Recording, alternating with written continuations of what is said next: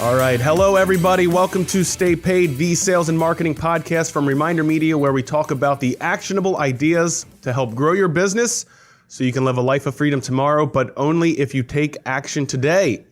My name is Joshua Stike, Vice President of Marketing here at ReminderMedia, and with me, as always, is Luke Acree, President of ReminderMedia. Hello, everyone. And today I am catching my breath because I have a bit of a cold, but we are also going to be talking about perfecting your sales pitch. Now, this is a topic I've been wanting to dig into since we went to a financial advisor conference in June, and I got to witness 3 of our best salespeople in real time edit and perfect their sales pitch based on what was working and what people were engaging with. And what fascinated me so much was that I know that you guys know the sales pitch. Yes. We hope we do. Our pitch doesn't really change a whole lot. It changes per industry a little bit. Yep. But what was so fascinating was watching, because we were there for 3 days. Yep. And over the course of the first day, and then overnight, there was discussion about the pitch. And then the second day, and watching like actually in real time what people were engaging with. Yeah. And what was so interesting that I think we can kind of lay out for our audience a little bit, or at least walk through the framework, is recognizing what was capturing people's attention. And it was a cadence that you guys were building. It was this cadence of what's the perfect intro that's going to keep someone just captured with me for 30 seconds, right? Yep. And then after I've used up those 30 seconds, because I asked for 30 seconds. Correct. What's the next thing that's going to get them to kind of nod along and go with me through the next 30 seconds to a minute? Yeah. And that's kind of, I don't know what the secret behind that is or what. Well, first of all, it's really always interesting being like the leader of a company. And a lot of times, and maybe we have some listeners, anybody from Bankers Life listening to this, shout out to you guys because you guys were amazing at the conference. It's a Bankers Life conference. It was an incredible conference for us to go to.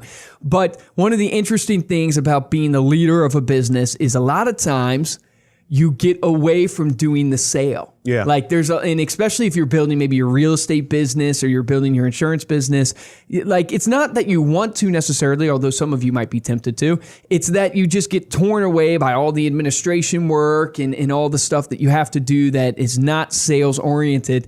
And so you get a little rusty. So I remember flying down on the plane and thinking to myself, because I pitch all the time, but thinking about, I got to close when I get down there. I got to close at this conference because if I don't close, I'm coming back to a sales floor that's going to basically butcher me. I mean, they're going to mock me and ridicule me. So it was interesting getting down there because what Josh is saying was so true. I remember basically when we got to the conference and the first day we started pitching, maybe that evening, I guess it was. Yeah. So the first thing we had a couple people come up to the booth and I did what everybody does is basically people come up to your booth and you basically resort to what you know the best in your memory, which is technically like our simplistic what, how, why pitch. And I remember what we do, how we do it, and why it works, right? So that's the process we've built for our sales callers. Of course, you have an intro, right? So you have your intro, you're dropping your leverage, and then you do this kind of, hey, well, here's what we do, here's how we do it, here's why it works, and then you assume the close and overcome objections and stuff. I remember doing that pitch to a couple people that came up to the booth. It did not go well. It fell flat. And I thought to myself, I go, oh my gosh, this is going to be bad. And I remember. Why did it fall flat? Here's the thing. So when I gave the pitch, what I realized right away was that the people in front of me had what I like to call, they had no context. Yeah. So that's the first word that came to my mind. Yes. So I grew up in church. It's interesting, but they teach you, right, when you're studying the Bible, they teach you have to, study things in context. Yeah. You can't take things just right in that one page. You got to understand the context because the context dictates the principle or the lesson, right? So it's the same really in your sales pitch. What's interesting is that you have to think in your sales pitch, what is the context that this prospect is in right now? Or mindset maybe is a better word for it. What is the mindset that this prospect is in? And even before that for your pitch, who is the person you're actually pitching? Because we work with over 140 different industries or have worked with over 140 different industries. Our power trio is real estate, insurance, and finance. So my main source of pitching and when I'm interacting with people is all about real estate. So my mind was still in the mindset of real estate. the context I was in was not the context of a booth in a conference in Orlando, Florida. It was the context of a phone. The phone call, right? What the leverage points would normally be on a phone call, whether it's a lead incoming or you're using something like our presentation or something as the intro to kind of a jumping off point. Correct. Or I had done these guys are literally walking up being like, who are you? ReminderMedia, who is this? Correct. What is this? And they're affected by the imagery. So how do you, like, what am I saying that applies to your business? Well, you have to realize the context and the setting you're in dictates so much about your pitch, dictates even the script, because maybe we'll talk a little bit of how I changed the script a little bit, dictates the tone, the flavor in your delivery. Think about yourself as a real estate agent. When you're on a phone call and you're calling a bunch of leads, it's a lot different of a context than if you're in the living room at a listing presentation. Right. And your delivery, the way you got to carry yourself, all changes. And the mistake I made, which is, a common mistake for salespeople, is I didn't prepare myself mindset wise to go, what is the context of this person? How are they going to feel when they come up? And then even before that, who is this person? What are their pain points? I know the standard pain points for people who are, needing to buy our product, which is, hey, look, they need a touch point system that doesn't get thrown away, that actually makes it past the trash can. But really understanding the pain points.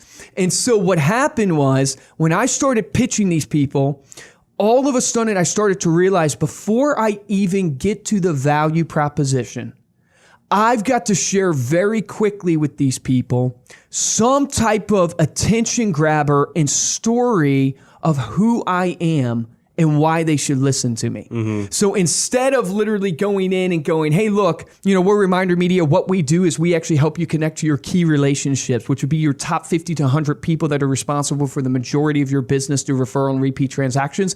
Instead of going in that way, I all of a sudden started to realize this person in front of me, they don't really care what I do. They want to know who I am first. Mm-hmm. And a lot of times when you're on the phone or in certain contexts, you don't have to tell you who you are, believe it or not, because they don't care about who you are. They just want to know what you do. Yeah. But in this context, they wanted to know. And so then I had to incorporate the story very quickly of who we were. Yeah. And that's when I basically started sharing, hey, look, we've been doing this actually for 15 years. Right. And then immediately I did what Grant Cardone taught me when I started watching his content and stuff, is you need an attention grabber. Mm-hmm. You need what Zig Ziglar, I think, would say, it's a power statement. It's a bold claim, something that just pops out across the screen to them. And that's when I started evolving in my pitch, as I started going, okay, I need to tell my story and set the context, which was, hey, my name's Luke. Let me give you my 30 seconds. Basically what it is we've been in business for 15 years. We started in real estate. We work with over 30,000 realtors, but we've been blowing up in insurance and finance. Now here's the that came through. Yeah. Was the end of the first day, or the end of the first day was the blowing up? The blowing up. By the end of the first day, I figured out very quickly that I needed to make them feel like, wow, this is something really amazing happening right now. So the truth is, blowing up's a relative, I guess, term. So I'm not saying we're not. There's degrees of blowing up.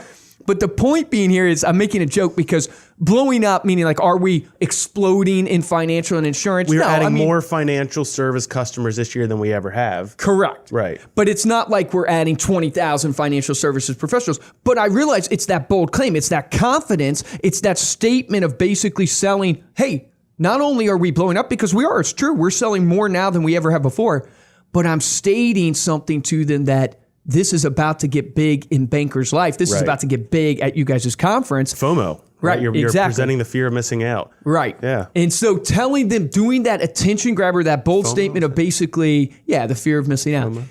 Giving that attention grabber, that bold claim, hey, we have been blowing up in since 2010 in financial insurance, and we've been working specifically with your company, right? And what I did to evolve the pitch is I then started to lay out a quick little story. Right.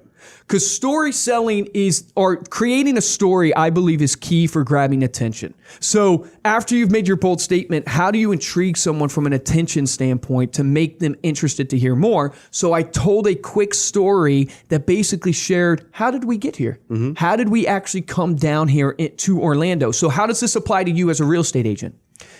think to yourself when you're evolving your pitch for like your listing presentation, and I shouldn't just pick on real estate agents, should be insurance agents, whatever it is. Maybe you're actually like, I think of Power Home Remodeling, which sells like home remodeling. So they're doing like kitchen remodels and stuff like that. Think about the context of where you're at. Maybe you're in the living room of someone's home, right? And what story can you tell very quickly of how you got to this living room? Yeah. It was super effective for me to tell the story that we've been working for over a year with Bankers Life, trying to get it to where we're approved on their platform, where it's turnkey. So I'm throwing some value proposition in there when I'm explaining the story, but approved on their platform. We've been working for over a year. So I made it seem like it's a dramatic, we've been pushing for this. We actually learned about you guys through another company that led us here, and it's been a year of hard work to bring us to this climax, to this moment that we're blowing up. So what I'm doing here is I'm setting this tone. I'm evolving my pitch to go, let me share with you how I ended up in your living room today. Yeah. Right? And I'm setting excitement because one thing I know about sales and one thing I know about like people buying is they don't want to be the uncool kid on the playground. Yeah. And if you can make them feel in your pitch, when you're sharing with them the story of how you got here, that they would be missing out if they didn't use you as the remodeling company and they chose another remodeling company, or they didn't use you as the real estate agent, that they would be the uncool kid on the playground. You've hooked them. And this is why we love TV shows. This is why we love watching Netflix and stuff, because you want to be part of the story. Right. Like you want to know the ending. Okay, well, what does this mean for me? So we've been blowing up in financial services. We have been blowing up. It has been amazing. We've worked for over a year to get to this point in time. So bold claim, we're blowing up, baby. And you're going to miss out if you're not part of this. It's been a long road to get here.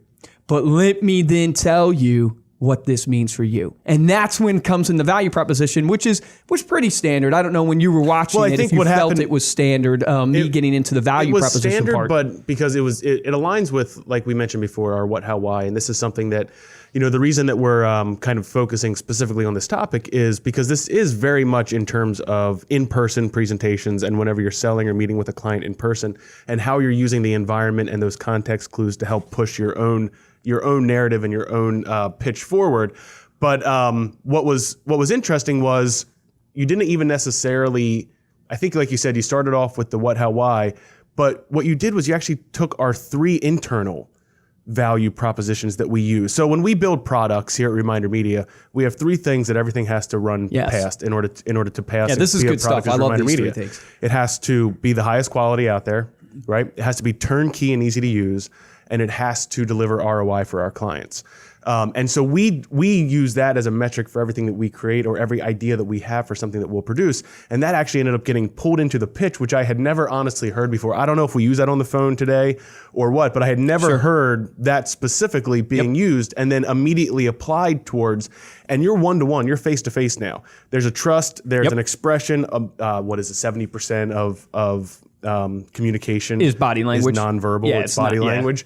So now all of a sudden I'm putting out these value propositions, but I'm holding myself accountable one-to-one. I'm saying, if I don't make something turnkey and easy for you to use, I failed you. If I can't produce you ROI, I failed you. And if I'm not producing the highest quality out there in the market that makes you look as best as you can, then I failed you. And there's so much trust, I think, that gets built then, because now they've met you, and whether it's you as the president or it's another salesperson there, another individual representative of the company, or you out there pitching to your clients, that's something that you are setting yourself up to be accountable, and people are going to trust you when you put yourself out there. Well, a good tip for everybody right now is that, like, your value proposition right now, is it succinct? Can you explain it? I think it was Damon John, if I'm giving the credit right. He basically says with your value proposition, so when you get to the point where someone is like, he explains the scenario of, imagine this. Imagine you get in a subway and the CEO of the company you're dying to get in front of gets in the same subway as you and looks at you and goes, hey, I'm Luke. What do you do? Right? So imagine that happens to you. Ask yourself right now when you're listening to this, are you prepared? Are you prepared to give the value proposition in that subway ride or in that elevator ride is the common story, right? Which is that 15 seconds, 30 seconds. And Damon John gives the tip that if your value proposition cannot fit on a business card, it's too long. So if you can't explain your company or who you are within 2 to 5 lines, it's too long. So I think what we saw when we were pitching at first with our what, how, why, and there's nothing against the pitch we were giving, but it was falling flat because it wasn't succinct. It didn't have the proper context. It didn't have the real knowledge and pain points of the audience. And as we learned through the evening of pitching, we started looking. I literally started learning on the spot. Like literally, I would see their eyes light up.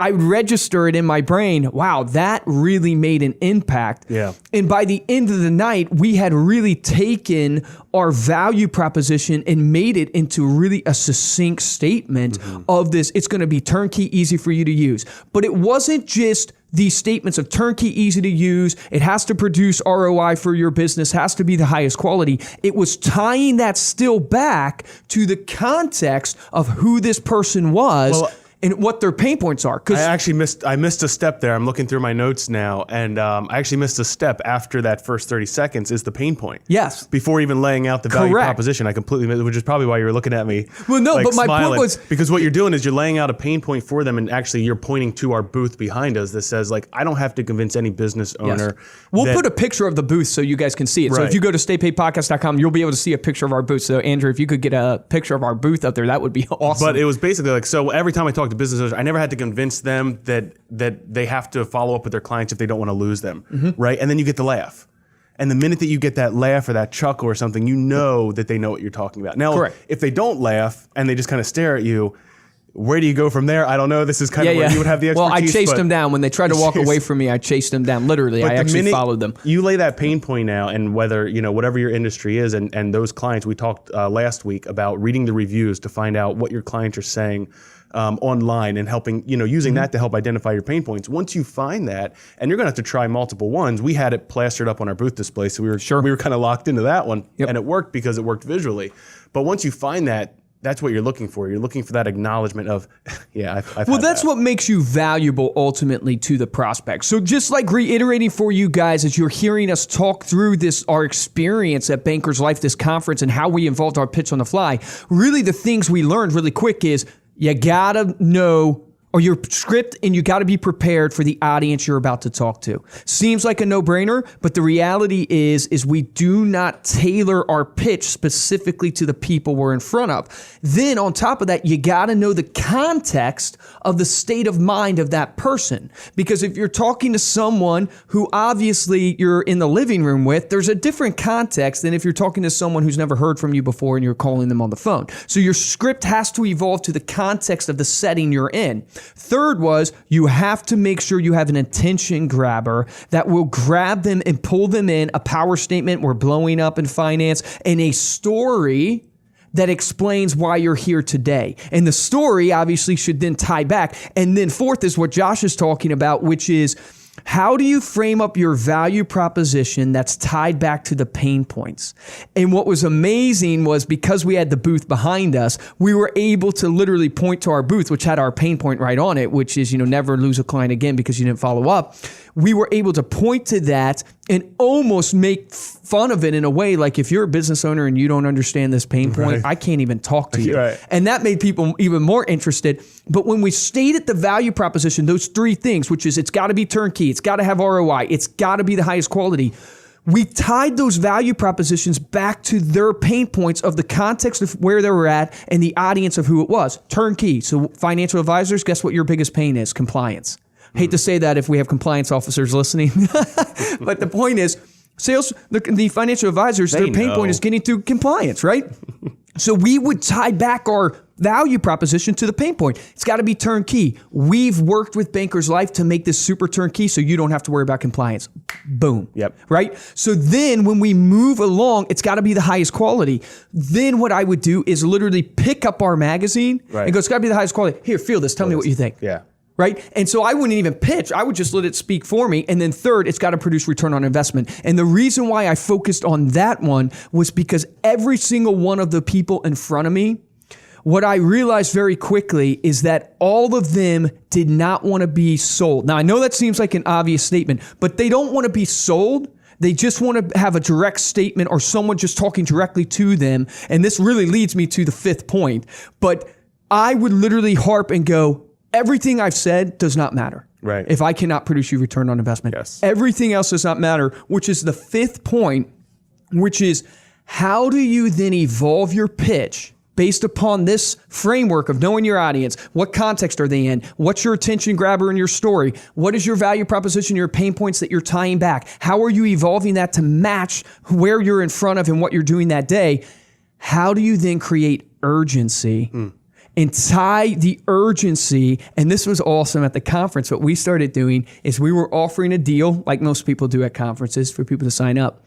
We would sign people up and then get that person to then go and be an army of salespeople for us and go recruit people to bring them back to us, and said, if you can get people to come to our table, we'll give you free magazines, is what we told them if they sign up. And so we used the place where we're at to evolve. Our normal referral pitch is just, hey, look, we work off of referrals just like you do. You know, obviously I'm not looking for everybody in your office, but I'm really looking for that one person you think really gets the value of connecting with their key relationships consistently to drive referral and repeat business. Who's that one person that comes to mind, Josh? That's our normal referral pitch to ask for referrals. This time we evolved that to actually match the context of where we're at, to leverage the place that we're at, to change our script to go, hey, we have a referral program that will give you free magazines. If you actually go and get other people at the conference, we'll give you even more magazines. Yep. And we started getting a little army that enabled us. Not only did we use that to change our referral pitch, we used the urgency of the context of where we're at to close the deal. Mm-hmm. And how I close the deal, and I don't know if you remember watching me do this, but I would tell them, hey, the reason why we're here is because we want you to sign up. Right. Imagine if you as a real estate agent, imagine if you as a real estate agent sitting on their living room couch said, hey, the reason why I'm here is because I want to list your home. Yeah. Stating your intent. I tell real estate agents to do this all the time. How refreshing is it to have that authenticity and that truth just laid out there? If the person coming to pitch you to remodel your kitchen literally sat down and the first thing they said is, Josh, thank you so much for having me here. Hey, the intention I have today is I want to remodel your kitchen. I want to be that person. And everything I share with you today is in that intent. Yeah. How good would you feel? It would be refreshing. It would.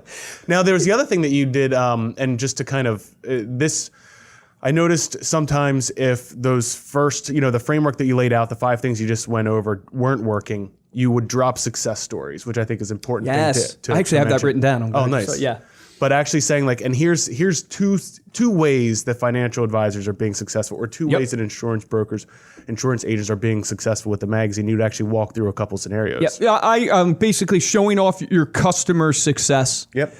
Because obviously we can say all day what we think about ourselves, but what truly matters is what our clients think about us. Right. And so very succinctly sharing with them, hey, look, this is how I believe I can help you, and this is how I believe I'm better than everybody else, and this is why I believe you should use me. But then stating, but the 2 things we're hearing over and over and over again, I said the 2 testimonials that are coming out of the financial industry from our clients are as follows. And I would give them the 2 examples, so I would share with them, this is what you should expect. You should expect this. It's not my words. It's literally the success stories that are coming from our clients. And so when you think of your listening presentation, you can share with them all day long your 20 bullet point marketing plan to get their listing sold. Right. They appreciate that. That's very logical. That doesn't mean they're going to pull the trigger and make the decision. You need to appeal to the emotion that's going inside of them that says, why should I trust you? Mm-hmm. You need to call that out. You start with, hey, my intent is to sign a listing today with you. Here's why you should choose me more than everybody else. Here's why I'm better than everybody else. Here's why I think it's going to work better than everybody else. But let me tell you the most important fact. The most important fact is not what I'm saying about me. It's what my 10 other clients have said. And here, let me read some of them to you, and let me actually show you what they are saying about me. Because that overcomes the fear that everybody has when they're trying to buy something. See, people buy on emotion. They don't buy on logic. They're convinced on logic. They buy on emotion. Yes. Because what happens is you know logically that this probably makes sense. You still don't know emotionally if it's the right decision. What if there's something I don't know?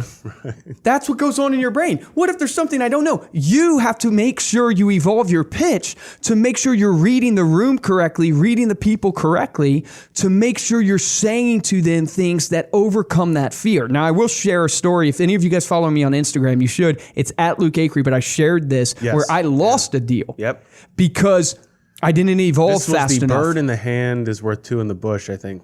Yeah, that's actually a good fable. Yeah. Yes, that's true. I didn't think about that. But I lost a deal. Rookie move.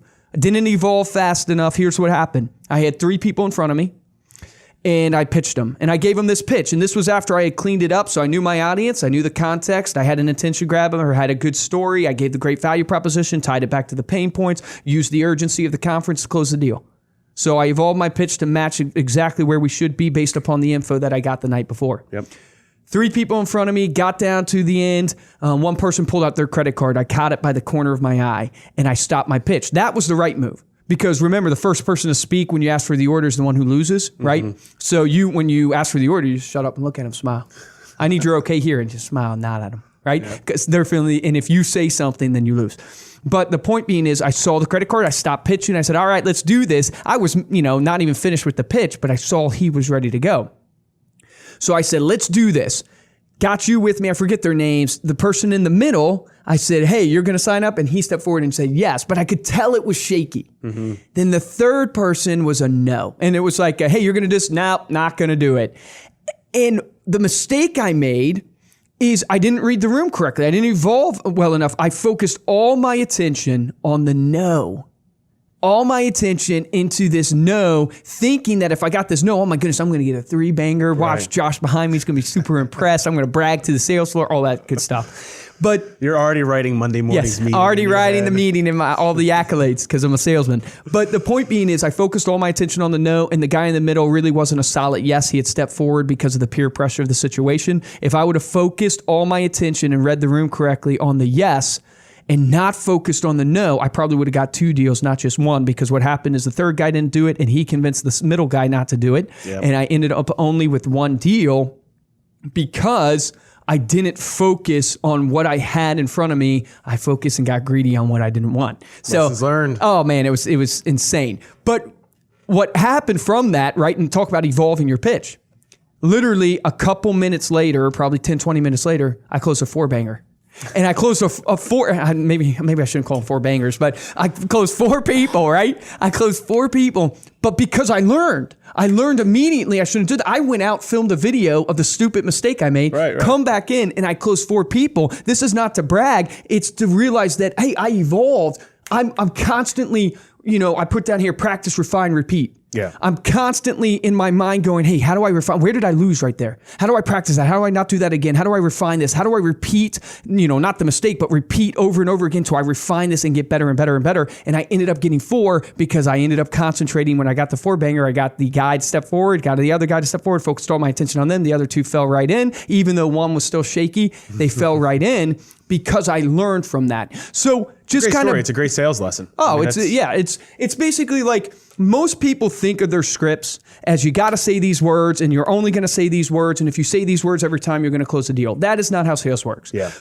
Scripts are used as guidelines. It's a security blanket. To keep you something on to course. Come back to. Yes, Correct. If you need to. If you get lost along the way, come back to that. You at least have your talking points. I'm a fan of processes. Yeah. I believe more in bullet pointed steps than I do believe in scripts. Even though I'm not against scripts at all, and I've memorized a ton of scripts in my career, it's more that a script is there as a guideline, but nobody, and I've said this all the time, no actor has won an Academy Award or an Oscar by literally reciting a script. Right. They put their inflection into it, their personality into it, they feel the moment, ad-lib. Right? Yeah. So they're in there, they're filming, and I can't even imagine filming. When I film above the noises, they're freaking crazy because the camera's right in your face, and I'm like, how does Brad Pitt actually act emotional when he's on film? I don't know how he does it, but that's why he wins awards. The point being for your sales lesson is the script is a living, evolving thing that you got to know the context. You got to know the audience. You got to match your script to the pain points. It's a guideline that tells you, yes, this is what I do. This is the road I should stay on,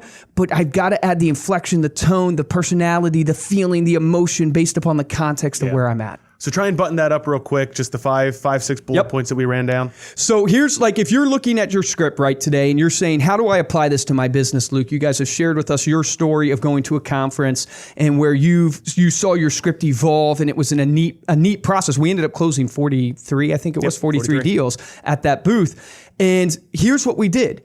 We immediately figured out, hey, we didn't really understand the audience like we should. So who's your audience? Ask yourself that question. The listening appointment you're going into, who's the audience? Who is that person? Mm-hmm. Any pain points you can get on those people, you got to get them. What's the context? What situation are you in? Bankers Life Conference is going to be a ton different for us than a Keller Williams conference. Yep. It's a different audience, but it's a different context, right? Even the context is determined by the location. Yeah. So what's the context? What's your attention grabber for that context? Bold claim, What's your bold claim, your power statement? How are you hooking people in? How are you tying that attention grabber into a story?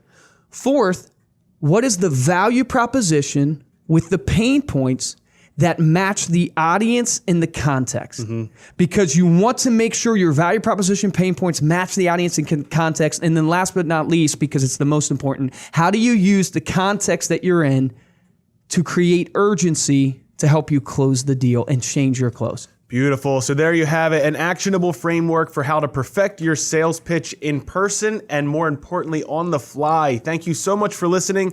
If you liked what you heard, please consider giving us a 5-star rating on iTunes, and please leave a comment if you learned anything today and are applying it in your own business. To get new episodes of Stay Paid Weekly, subscribe in your favorite podcast player. Make sure to follow Reminder Media on Facebook, Instagram, and Twitter. We'd love to talk to you there as well. We also post weekly coaching videos on YouTube. You can search for Reminder Media and look for the Above the Noise series. And also, like Luke mentioned, check him out on Instagram at Luke Acree for more coaching, advice, and even the occasional rant for the day. Yes, the occasional rant. Maybe it'll be about occasional payroll workout video. Workout video. For this episode of Stay Paid, I am Joshua Stike. And I'm Luke Acree. Guys, I'm going to close with this, is that, the script is only as good as you make it your own and practice it. So my action item for you guys is to put your script on the table and start practicing and start refining your script to match your next appointment. So if you're a real estate agent, maybe it's a listing appointment. If you're a home remodeling salesman, maybe it's that remodeling. Match it to where you know the person you're going in to see, what their background is. You know the context of the situation because you've actually studied how you got this lead. You have planned out your story and attention grabber, all those good things we talked about on the podcast. Take the time to do that for your next pitch, because if you put in the work, then you will see the results. Difference between a top producer and a mediocre producer is top producers take action, so take action on that today and stay paid, baby.